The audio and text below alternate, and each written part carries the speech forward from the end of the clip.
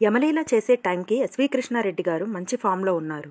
ఆ టైంలో ఆలీని హీరోగా పెట్టి చేస్తున్నారని చాలామంది నుంచి వ్యతిరేకత ఎదుర్కొన్నారు. పెద్ద హీరోలు కాల్ చేసి అలీని పెట్టి చేస్తున్నారటగా మేం చేస్తాము అని అడిగారట. కానీ ఆ రోల్కి అలీ అయితేనే పండుతుందని అందరినీ రిజెక్ట్ చేశాడు. అందులో హీరోయిన్ మొదట సౌందర్య అనుకున్నారు. సౌందర్య అడ్వాన్స్ కూడా తీసుకొని 15 రోజులు షూటింగ్ ఉందనగా మళ్ళీ చెయ్యను అని చెప్పారట.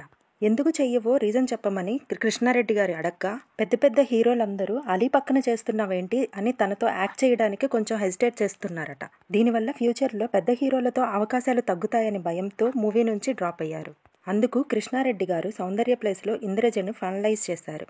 తన సినిమాలో హీరోయిన్గా సెలెక్ట్ చేసేటప్పుడు ఫిగర్ స్ట్రక్చర్ అసలు పట్టించుకోను అని కేవలం ఫేస్ మాత్రమే చూసి ఎక్స్ప్రెషన్స్ అన్నీ పలుకుతాయో లేదో చూసి హీరోయిన్గా డిసైడ్ చేస్తారట. ఆ తర్వాత యమలీల రిలీజ్ అయ్యి సూపర్ డూపర్ హిట్ టాక్ తెచ్చుకొని ఇంద్రజకు కూడా అవకాశాలు పెరిగాయి.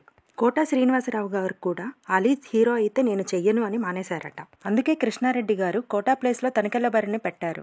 ఎవరు చేసినా చేయకపోయినా నా సినిమాలో హీరో మాత్రం అలీనే అని కుండబద్దలైనట్లు చెప్పారట.